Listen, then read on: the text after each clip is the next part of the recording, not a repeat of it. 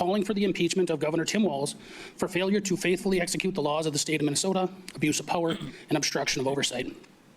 Under Minnesota Constitution Article 8, Section 1, the governor may be impeached for malfeasance, nonfeasance, or corrupt conduct. These standards do not require a criminal conviction. They require a breach of public trust and a failure to uphold the duties of the office.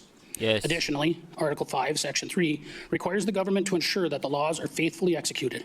Minnesota statutes governing fraud, oversight, and fiduciary responsibilities require state leadership to safeguard taxpayer funds. Evidence presented in legislative and congressional investigations show that billions in taxpayer funds were lost through fraud in Minnesota social services programs. 19 billion. Oversight systems failed repeatedly under executive leadership.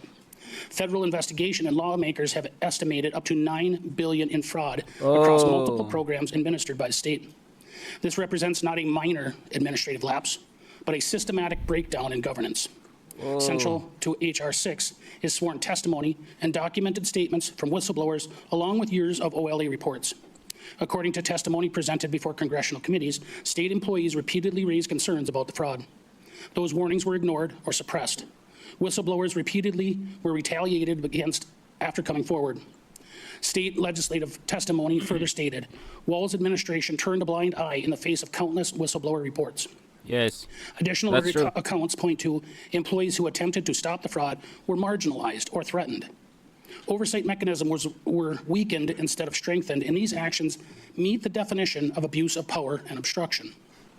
Nonfeasance in office is the failure to act despite repeated warnings of fraud. Nonfeasance in office. Malfeasance in office is allowing continued disbursement of funds after fraud indicators were identified. Abuse of power. Retaliation against the whistleblowers, raising lawful concerns, and suppression of internal reporting mechanisms. Yes.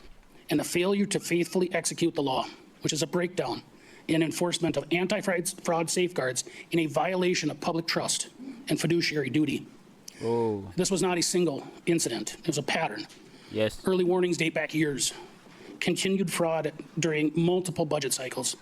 Escalation despite public exposure and investigations. In one of the largest cases, the Feeding Our Future fraud scheme alone involved hundreds of millions of dollars in misuse of funds. Impeachment is not about public disagreement.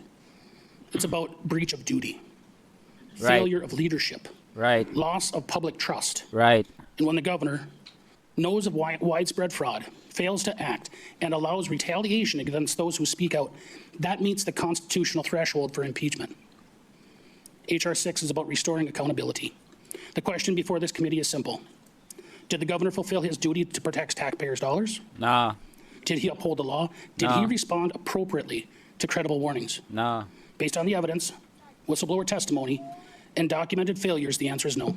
For this reason, I respectfully urge the Rules Committee to advance H.R. 6. Thank you. Finally, the house of cards is falling. For years, we've watched as billions, not millions, but billions of taxpayers' dollars were drained by ballooning fraud right under Tim Walz's watch. You know, the filing of these articles of impeachment is the moment of truth we've been waiting for. Not just in Minnesota, but the whole America. It's time for Walz to stop the excuses and finally face the music for the systematic breakdown of the governance in Minnesota. But, let's be clear. He didn't act alone. Nah, he can't do it alone. This culture of corruption and the blind eye turned towards this scandal involves the entire radical wing, the Democrats, which including Ilhan Omar and Keith Ellison. They all been part of the same machine that allowed our hard-earned money to be stolen while whistleblowers were silenced and marginalized. The free ride is over. It's over now. They have to face the music. It's time for accountability. It's time for justice. And it's time they all pay for the damage they've done to the state of Minnesota. Well, not just the state of the Minnesota. The whole country. That 9 billion fraud.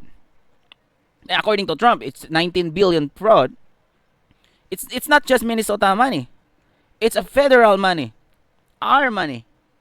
They even fisting with our money. And now I'm glad that Tim Walz will be facing the music. Remember during the campaign, he was crying. He was so dramatic.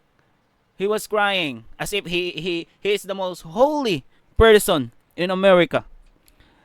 I think now he will cry again, but maybe with disappointment.